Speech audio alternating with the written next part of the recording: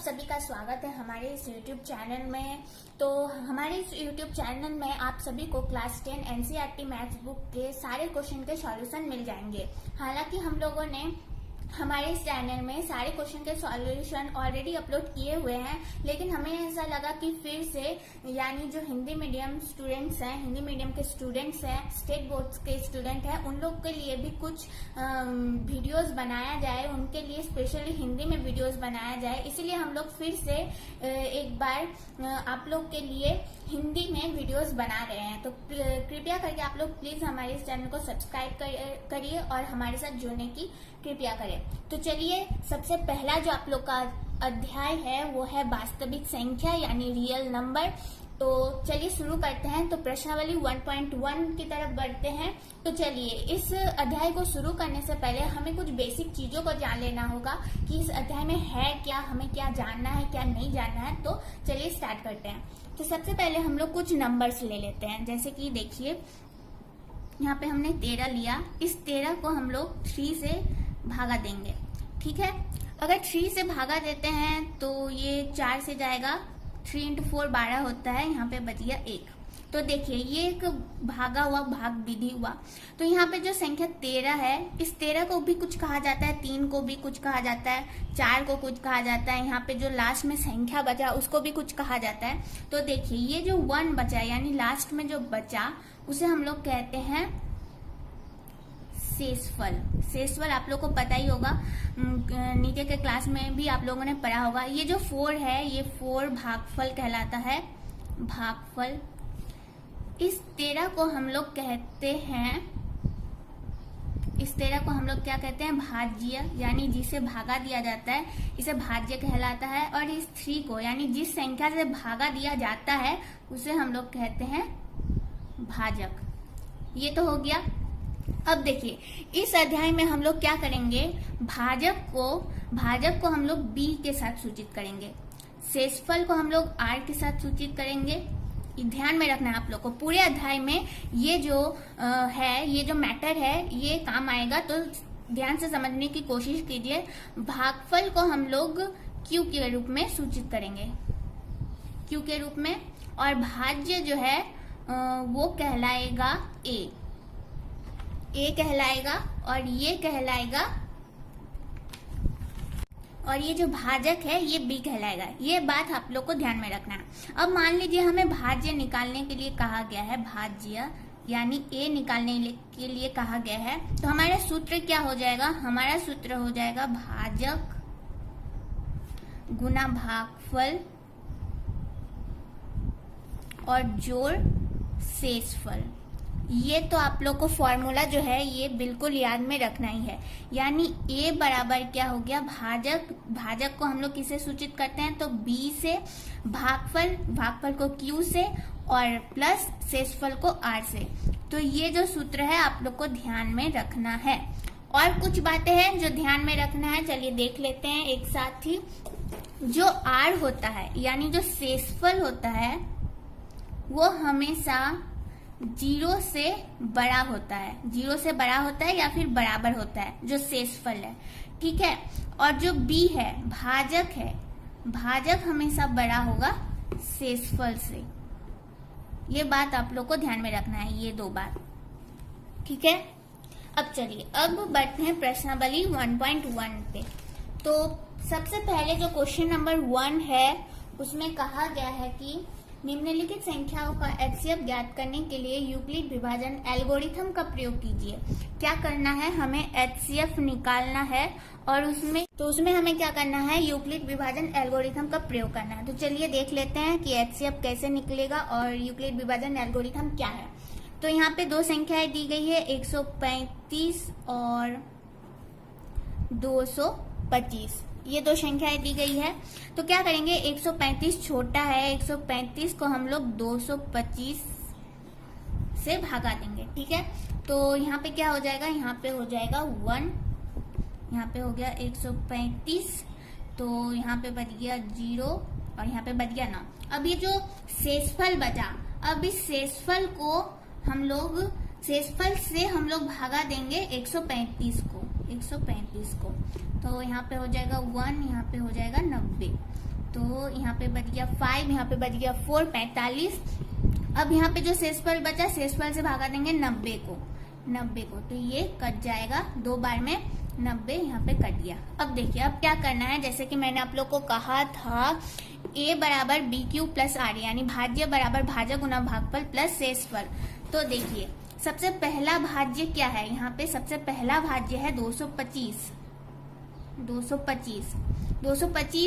तो B Q plus are यानी 135 यहाँ पे बी क्या है 135, क्यू क्या है 1 प्लस आर यहाँ पे 90 बचा है, यानी जो शेषफल बचा था वो 90 बचा था। दूसरे सेशन में क्या था 135 को हम लोगों ने भागा दिया था, तो किससे भागा दिया था 90 से, और भागफल क्या था, भागफल था 1 और शेषफल बचा था 45 बचा था एक्चुअली। फिर हमने लास्ट सेशन में किसको भागा दिया था, तो 90 को भागा दिया था। किससे भागा दिया था, 45 से भागा दिया था। भागफल कितना था 2 था भागफल, और शेषफल कितना बचा 0। अब देखिए एचसीएफ कैसे पता चलेगा, जो एचसीएफ यानी लास्ट में जो बी होगा, यानी लास्ट में जिस संख्या से भागा दिया जाएगा, जिस संख्या में जो भाजक होगा लास्ट में, जो ये याद रखिए जो लास्ट में भाजक कहलाएगा वही जाके लास्ट में एचसीएफ होगा, यानी एचसीएफ बराबर 45। तो आप लोग अगर ये कर लेते हैं, इतना दूर कर लेते हैं, तभी समझ में आ जाएगा कि भाजक क्या है। इतना सब कुछ करने की जरूरत नहीं है, लेकिन हम लोग को दिखाना होगा करके कि कैसा कैसा हुआ, प्रोसेसिंग दिखाना होगा। तो लास्ट में एचसीएफ निकल गया 45। अब देखिए सेक्शन नंबर 2 की तरफ जाते हैं। सेक्शन नंबर 2 में 2 संख्याएं दी गई है, 196 और 38,220। 38,220 बड़ा है, इसीलिए हम लोग इसे मानेंगे भाज्य, और 196 छोटा है इसलिए हम लोग इसे मानेंगे भाजक। भाजक को देंगे भागा, मतलब 38,220 को भागा देंगे 196 से, ठीक है। तो क्या करेंगे, भागा देंगे तो 1 से देते हैं पहले 196, यहाँ बच गया 6, यहाँ बच गया 8, यहाँ पे बच गया 1। इस 2 को नीचे लाएंगे, फिर काटेंगे, 9 से करते हैं, 9 से भागा देते हैं तो हो जाएगा यहाँ पे 4, 6, 7 एंड 1 हो जाएगा। 12 से 4 गिर जाएगा तो 8, फिर यहाँ पे हो जाएगा 9, यहाँ पे तो कुछ नहीं बचेगा। अब इस 0 को नीचे लाते हैं तो 5 से पूरी कट जाएगा, 5 से भागा देते हैं तो हो जाएगा 980। तो यहाँ पे शेषफल बच गया 0। तो देखिए इस प्रोसेसिंग से लिखेंगे, हमने किससे भागा दिया, 38,220 को भागा दिया, जो कि यहाँ पे A है यानी भाज्य है। तो किससे भागा दिया, 196 से भागा दिया। भागफल कितना था 195 भागफल है, और शेषफल कितना है 0। अब देखिए मैंने क्या कहा था, जो लास्ट में भाजक होगा, जिस संख्या से लास्ट में भागा दिया जाएगा वही एचसीएफ कहलाएगा। तो लास्ट में किस संख्या से भागा दिया गया है 196 से, भाजक लास्ट में 196 है, तो एचसीएफ क्या हो जाएगा, एचसीएफ हो जाएगा 196। सेक्शन नंबर 2 में, क्वेश्चन नंबर 1 का सेक्शन नंबर 2 में। अब चलिए क्वेश्चन नंबर 3 की तरफ बढ़ते हैं, यानी सेक्शन नंबर 3 में। तो सेक्शन नंबर 3 में 867 और 225 है, 225। तो देखिए 225 छोटा है, तो 225 से हम लोग 867 को भागा देंगे। अब आप लोग ये बना लीजिएगा अपने से ही, मैंने समझा दिया है प्रोसेस, इसका विधि बता दिया है, बड़ी आसानी से बन जाएगा। तो क्या कीजिएगा, भागा दीजिएगा, लास्ट में जो भाजक बचेगा, यानी लास्ट में जो भाजक होगा, बी होगा लास्ट में, वही जाके एचसीएफ कहलाएगा, ठीक है। तो ये था क्वेश्चन नंबर 1, एक्सरसाइज 1.1 का। तो चलिए क्वेश्चन नंबर 2 की तरफ बढ़ते हैं, जो कि बहुत इम्पोर्टेंट है, बोर्ड एग्जाम में बहुत बार पूछा जाता है, तो समझ लीजिए अच्छे तरीके से। देखिए क्वेश्चन को पढ़ते हैं। क्वेश्चन में कहा गया है कि दर्शाइए कि कोई भी धनात्मक विषम पूर्णांक 6q+1 या 6q+3 या 6q+5 के रूप में होता है, जहाँ q कोई पूर्णांक है, ठीक है। यहाँ हमें प्रूव करना है कि 6q+1, 6q+3 और 6q+5 धनात्मक विषम पूर्णांक है, दर्शाना है हमें, और यहाँ पे q कोई पूर्णांक है, ये भी दिखाना है, ठीक है। चलिए बढ़ते हैं। तो क्या है 6q प्लस 1, 6q प्लस 3 और 6q प्लस 5। देख लीजिए क्वेश्चन नंबर 2 और जैसा कि क्वेश्चन नंबर 4 सेम है। क्वेश्चन नंबर 2 समझ लीजिए, क्वेश्चन नंबर 4 बनाने में कोई दिक्कत नहीं होगी। तो देखिए क्वेश्चन नंबर 1 में मैंने एक फॉर्मूला बताया था, a बराबर bq प्लस r। ये फॉर्मूला बताया था मैंने, a बराबर bq plus r, 6q plus 1 bq plus r, 6q plus 1 bq plus r। सुनने में एक जैसा लग रहा है, देखने में भी एक जैसा लग रहा है। हमें ये समझ में आ रहा है कि b के जगह यहाँ पे 6 है, r के जगह यहाँ पे 1 है, b के जगह 6 है। तो हम लोग क्या करेंगे, लिख लेंगे माना b बराबर 6 है, ठीक है। अब ये जो b बराबर 6 है, इसका हम लोग मान बैठाएंगे। और एक बात मैंने कहा था, जो r होता है यानी जो शेषफल होता है, ठीक है, लिख देते हैं शेषफल। r जो होता है वो हमेशा 0 से बड़ा होता है या फिर बराबर होता है। और b क्या होता है, b जो यहाँ पे है, ठीक है, b मतलब क्या हो गया, b मतलब हो गया भाजक। b जो होता है वो r से बड़ा होता है, ठीक है। तो b यहाँ पे क्या है, 6 है, तो 6 बड़ा है r से। अगर r 6 से छोटा है, एक ही बात हो गई, 6 बड़ा है r से और r छोटा है 6 से। तो अगर r 6 से छोटा है तो r का संभव मान क्या हो सकता है, अगर 6 से छोटा है r तो r का संभव मान क्या क्या हो सकता है, 1, 2, 3, 4 और 5। 1, 2, 3, 4, 5 हो सकता है, 6 नहीं हो सकता, 6 से छोटा होगा r का मान, ठीक है। तो हम लोग इस सिचुएशन को बारी बारी बैठाएंगे और b के स्थिति को बारी बारी बैठा के देखेंगे, ठीक है। तो हम लोग का हो जाएगा, दर्शाना हो जाएगा, सिद्ध करना हो जाएगा। तो अब देखिए हम लोग लिखेंगे जब r का मान 1 है, जब r का मान 1 है तो a बराबर क्या हो जाएगा, a बराबर formula bq plus r। b हमने क्या माना है, 6 माना है, q तो q ही रहेगा और r का मान यहाँ पे क्या है 1, 6q प्लस 1। सिद्ध हुआ कि ये एक धनात्मक पूर्णांक है, सिद्ध हो गया। तो चलिए आगे बढ़ते हैं। सॉरी, यहाँ पे हो जाएगा जब, मान लेंगे जब r का मान, अब 2 मानेंगे, 1 मान लिए, अब 2 मानेंगे 2, तो a क्या हो जाएगा, a बराबर bq प्लस r। b क्या है 6, q तो q ही रहेगा और प्लस r यानी 2, ठीक है। फिर और एक बार मानेंगे जब r बराबर 3, r का मान 3 रहेगा तो a बराबर क्या हो जाएगा, bq plus r, b6q plus r है 3, r 3 है यहाँ पे, 1 मिनट रुकिए। हाँ, तो 6q प्लस 3 जो कि हम लोग को दर्शाना था, ये फिर से प्रूव हो चुका है कि 6q प्लस 3, 6q प्लस 1 धनात्मक पूर्णांक है। और हमें एक चीज दर्शाना है 6q प्लस 5। तो यहाँ पे हम लोग डायरेक्ट लेते हैं, जब r का मान 5 रहे, जब r का मान 5 रहे तो a क्या हो जाएगा, bq प्लस r। b को हमने 6 माना था, bq q प्लस r 5। फिर से सिद्ध हो गया कि ये एक धनात्मक पूर्णांक है। तो ये हो गया हमारा क्वेश्चन नंबर 2। अब देखिए क्वेश्चन नंबर 3 की तरफ बढ़ते हैं। तो चलिए क्वेश्चन नंबर 3 की तरफ बढ़ते हैं। तो सबसे पहले क्वेश्चन क्या है, प्रश्न क्या है, ये समझेंगे। प्रश्न ये है कि किसी परेड में 616 सदस्यों वाली एक सेना की टुकड़ी को 32 सदस्यों वाले एक आर्मी बैंड के पीछे मार्च करना है। 32 सदस्यों वाली एक आर्मी के पीछे मार्च करना है 616 सदस्यों वाली एक सेना को, ठीक है। दोनों समूह को समान संख्या वाले स्तंभ में मार्च करना है। उन स्तंभों की अधिकतम संख्या क्या है जिसमें वे मार्च कर सकते हैं। सिंपल सी बात है, समझ में आ रहा है। क्या करना है, हमें इन दोनों संख्याओं का एचसीएफ निकालना है। तो क्या क्या संख्या है, देखिए संख्या 616 और 32 छोटा है तो साधारण सी बात है कि 32 से भागा देंगे 616 को, ठीक है। तो अगर भागा देते हैं तो एक बार में जाएंगे तो यहाँ पे हो जाएगा 32, 11 से 2 जाएगा तो 9, यहाँ पे बच गया 2, 6 को नीचे लाएंगे और यहाँ पे 32 गुना 9 हो जाएगा 288 हो गया। 16 से 8 जाएगा तो 8 हो जाएगा, यहाँ पे कुछ नहीं बचा। अब इस 8 को यानी जो शेषफल बचा, शेषफल से भागा देंगे 32 को, तो 8 4 32 हो गया।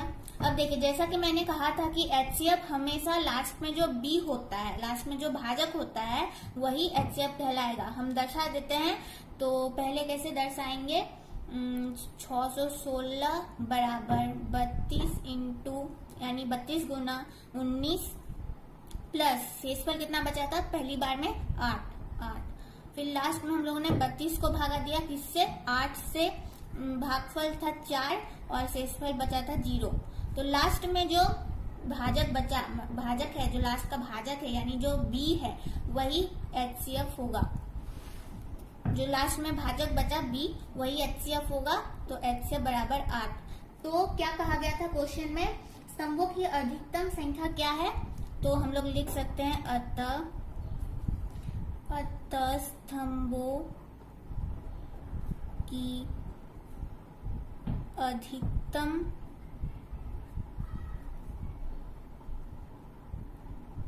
संख्या 8 है। 8 है, निकल गया। ये देखिए क्वेश्चन नंबर 3 बहुत आसानी से बन गया, कोई बड़ी वाली बात है नहीं। तो चलिए आगे, तो चलिए अब क्वेश्चन नंबर 4 की तरफ बढ़ते हैं। तो जैसा कि मैंने कहा था कि क्वेश्चन नंबर 4 जो है वो बिल्कुल क्वेश्चन नंबर 2 की तरह है। तो क्वेश्चन नंबर 4 देखिए आप लोग अपने किताब में। तो क्वेश्चन 4 में कहा गया है कि यूक्लिड विभाजन प्रमेयिका का प्रयोग करके दर्शाइए कि किसी धनात्मक पूर्णांक का वर्ग किसी पूर्णांक m के लिए 3m या 3m+1 के रूप का होता है। क्या होता है, 3m या 3m+1 के रूप में होता है। ये हमें सिद्ध करना है। और देखिए क्या कहा गया है कि धनात्मक पूर्णांक का वर्ग, हमें यहाँ पे वर्ग लेना है। वर्ग मतलब क्या होता है, वर्ग मतलब होता है स्क्वायर। वर्ग मतलब क्या होता है, स्क्वायर होता है। तो चलिए जैसे हमने क्वेश्चन नंबर 2 में किया था शुरुआत में, तो और एक बार मैं रिवीजन करवा देती हूँ। जो r होता है वो 0 से बड़ा होता है या फिर बराबर होता है, और b जो होता है यानी भाजक जो होता है वो r से हमेशा बड़ा होता है। तो देखिए और एक सूत्र मैंने कहा था जैसे कि a बराबर BQ+R, ठीक है। ये सूत्र आप लोग को हमेशा याद रखना है। तो हम लोग जो यहाँ पे r का मान होगा वहाँ वो b से छोटा होगा, तो हम लोग क्या करेंगे, लिख लेंगे माना b बराबर 3, b बराबर 3, r छोटा है। r अगर छोटा है b से तो r का संभव मान क्या हो जाएगा, r का संभव मान 0, 1 और 2 हो जाएगा, क्योंकि r जो है वो b से छोटा है, तो r का संभव मान 0, 1, 2 हो जाएगा, ठीक है। तो हम लोग अब स्थिति देखेंगे। स्थिति नंबर 1 में लिखेंगे जब r बराबर 0 है, जब r बराबर 0 है तो a बराबर कितना हो जाएगा, a बराबर BQ+R। डायरेक्ट करते हैं, BQ कितना है, 3 है, Q ही रहेगा, R कितना है, R 0 यानी 3Q। तो ये एक सिद्ध हुआ कि जो 3m है उसे 3q के रूप में आया। अभी और करना है तब आप लोग को जाके समझ में आएगा। तो देखिए क्वेश्चन में क्या कहा गया था कि धनात्मक पूर्णांक का वर्ग। अब क्या करेंगे हम लोग, समीकरण के दोनों पक्ष में लिखना होगा, हम लोग को जरूरी है लिखना। समीकरण के दोनों पक्षों में वर्ग लेने पर यानी स्क्वायर बैठाएंगे, ठीक है। स्क्वायर बैठाएंगे, यहीं पे बैठा देते हैं a का स्क्वायर 3q का होल स्क्वायर, ठीक है, हो गया। अब देखिए a का स्क्वायर ही रहेगा, 3q का होल स्क्वायर कितना हो जाएगा, 9q का स्क्वायर, 9q का स्क्वायर, a स्क्वायर को a स्क्वायर लिखते हैं। अब 9q स्क्वायर को हम लोग 3 का स्क्वायर भी लिख सकते हैं, 3q का स्क्वायर है ना, 3q का स्क्वायर, सॉरी यहाँ पे हो जाएगा, हाँ 3q का स्क्वायर हो जाएगा। तो देखिए अब a स्क्वायर को a स्क्वायर लिखेंगे और इस 3 को 3 लिखेंगे, लेकिन 3q के स्क्वायर को हम लोग क्या करेंगे, इसे m लिख देंगे, मान लेंगे कि ये m है। तो यहाँ पे हम लोग रीजन दे सकते हैं, कारण दे सकते हैं कि जहाँ m बराबर 3q का स्क्वायर है, 3q का स्क्वायर है। इसे हम लोग रीजन दे दिए। तो देखिए ए स्क्वायर बराबर निकल गया कि 3m है, तो ये सिद्ध हो गया यहाँ पे कि ये 3m धनात्मक पूर्णांक है।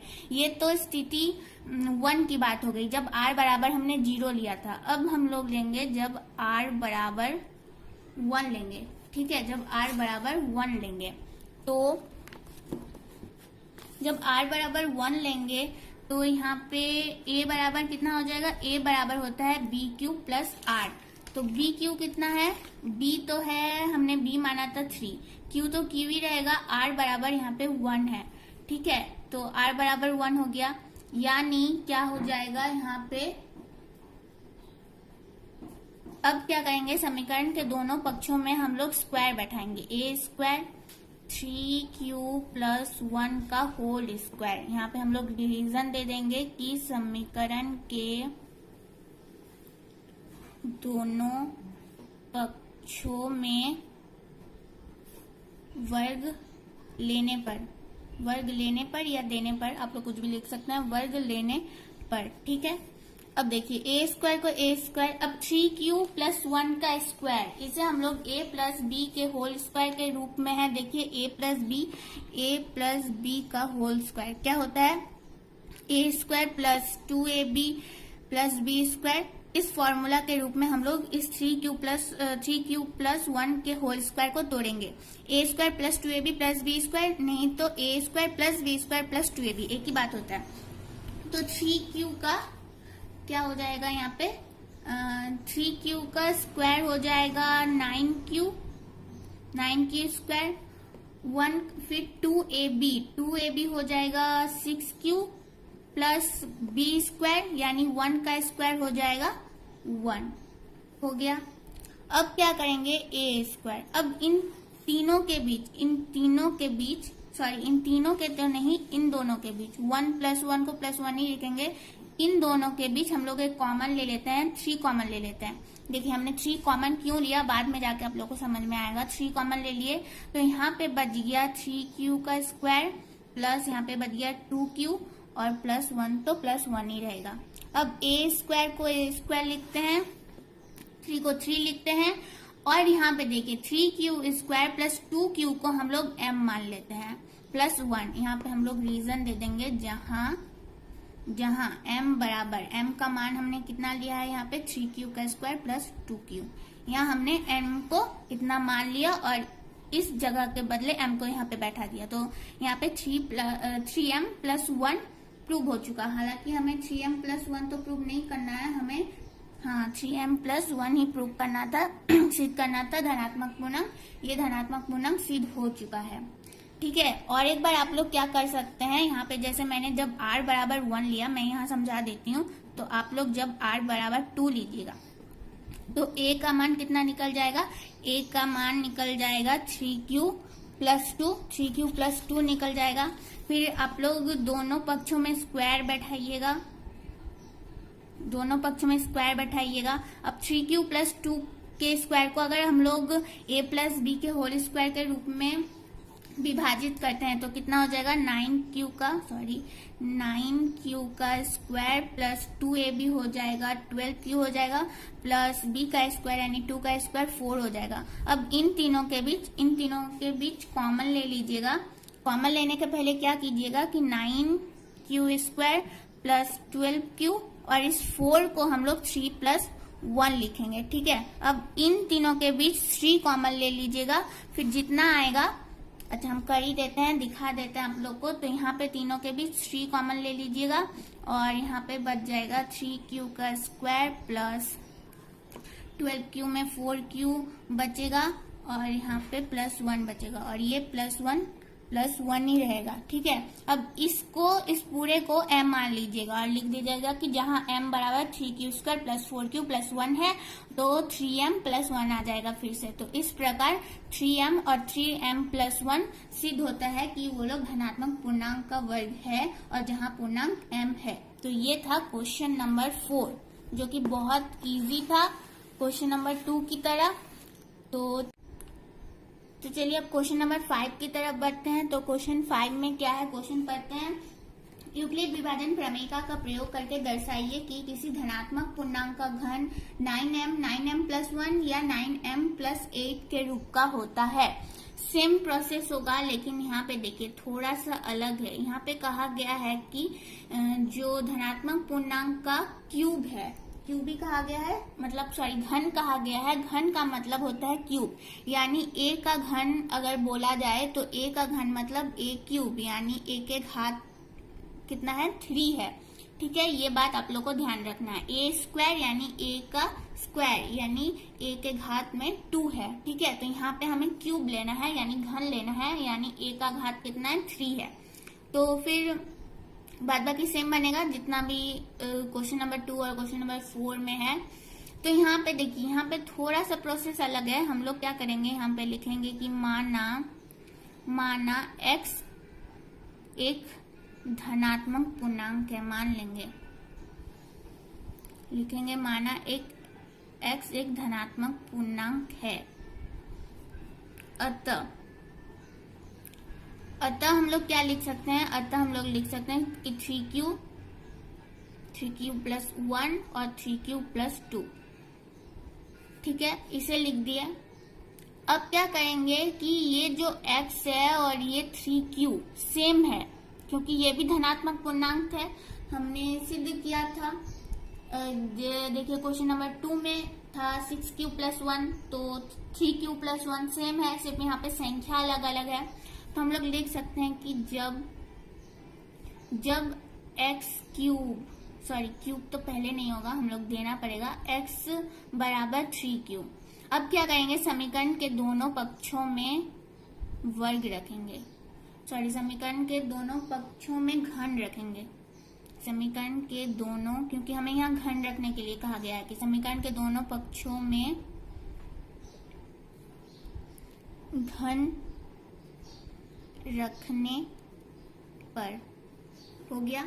तो यहाँ पे हो जाएगा x क्यूब, यहाँ पे हो जाएगा 3q का होल क्यूब।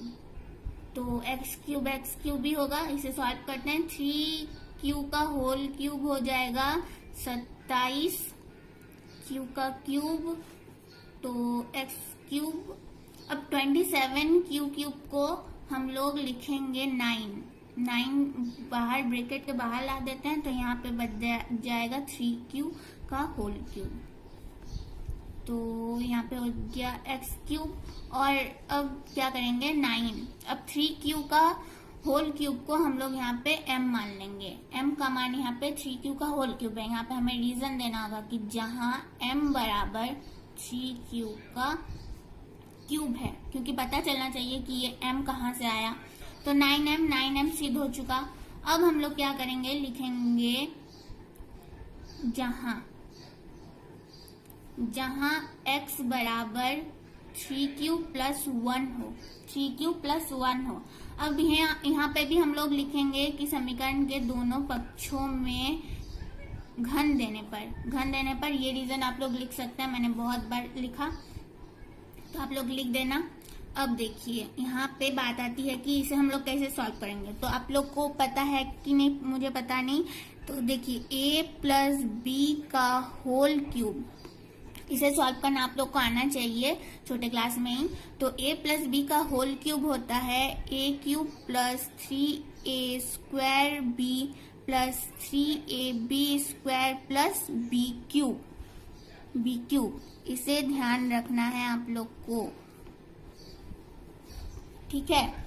तो इस 3q+1 के क्यूब को हम लोग इस रूप में विभाजित करेंगे, a³ + 3a² b + 3ab² + b³।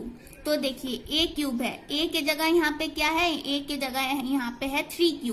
तो 3q, a के जगह 3q है, तो 3q का क्यूब कितना हो जाएगा, 3 को 3 से गुना करेंगे तो 27q का क्यूब हो जाएगा, हो गया। 3a² b यानी 3 × a का स्क्वायर, a का स्क्वायर 3q का स्क्वायर, 3q का स्क्वायर कितना हो जाएगा 9, फिर 9 को 3 से गुना करेंगे तो 27, तो 27q हो गया।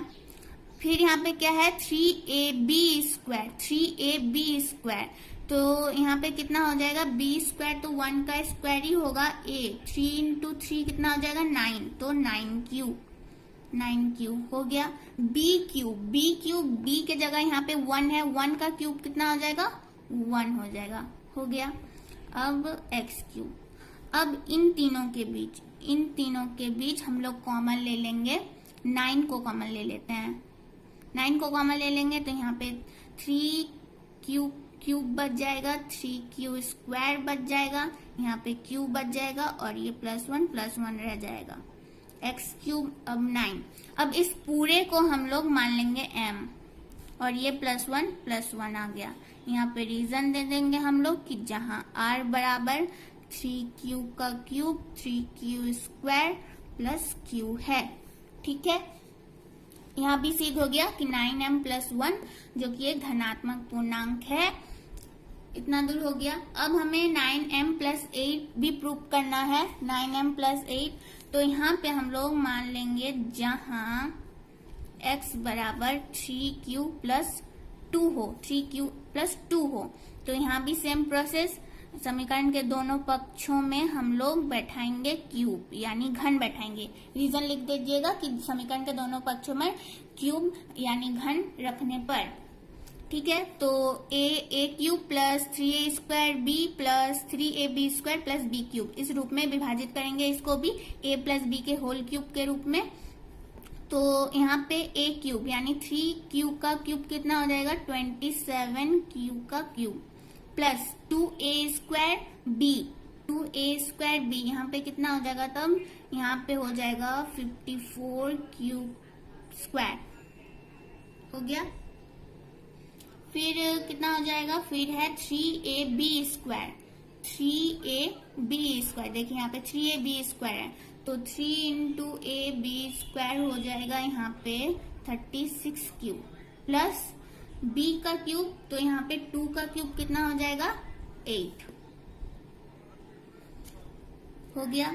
अब देखिए यहाँ पे हम लोग कॉमन लेंगे, इन तीनों के बीच कॉमन लेंगे, 9 को कॉमन ले लेते हैं तो यहाँ पे बच जाएगा 27 से 9 निकाल लेंगे तो यहाँ पे बच जाएगा 3q का क्यूब, 54q स्क्वायर से 9 निकालेंगे तो 6q स्क्वायर प्लस 36q से 4q निकालेंगे प्लस 8, तो x क्यूब 9, इस पूरे को हम लोग m मान लेंगे प्लस 8। प्रूव हो गया कि x क्यूब बराबर 9m+8। तो यहाँ पे हम लोग रीजन देंगे कि जहां m बराबर 3q, यानी इस पूरे को हमने m माना तो यहाँ पे रीजन देना होगा कि जहां m बराबर 3q का cube plus 6q square plus 4q हो गया। तो देखिए हमने यहाँ पे सबसे पहले माना था कि माना x एक धनात्मक पूर्णांक है, तो यहाँ पे भी कहा गया था कि किसी धनात्मक पूर्णांक का घन, यानी किसी धनात्मक पूर्णांक का घन 9m+1 9m+8 के रूप का होता है। इसको हमें दर्शाना था जो कि हमने दर्शा दिया। यहाँ पे x क्यूब बराबर 9m+8, यहाँ पे x क्यूब बराबर 9m+1, यहाँ पे x क्यूब बराबर 9m प्रूव हो चुका है। और x को हमने क्या माना था, सबसे पहले धनात्मक पूर्णांक है, तो यहाँ पे सिद्ध हो जाता है कि 9m+1 और 9m+8 जो कि एक धनात्मक पूर्णांक के बराबर है। तो ये था क्वेश्चन नंबर 5। क्वेश्चन नंबर 4 भी हमने देख लिया और क्वेश्चन नंबर 1, 2 को भी बेहतर से हम लोग ने समझ लिया। तो ये था प्रश्नावली 1.1 अध्याय 1 का। तो आई होप आप लोग को समझ में आ चुका होगा सारा चैप्टर, यानी सारा जो प्रश्नावली 1.1 है समझ में आ चुका होगा। तो अगर आप लोग को अच्छा लगे तो प्लीज लाइक कीजिए, कहीं भी प्रॉब्लम होता है तो कमेंट बॉक्स में कमेंट कर सकते हैं। और अगर आप लोग को अच्छा लगे तो प्लीज सब्सक्राइब कीजिए और आगे के भी वीडियोस जल्दी आते रहेंगे। आप लोग का जो सिलेबस है वो कंप्लीट करवा दिया जाएगा, तो प्लीज सब्सक्राइब कीजिए।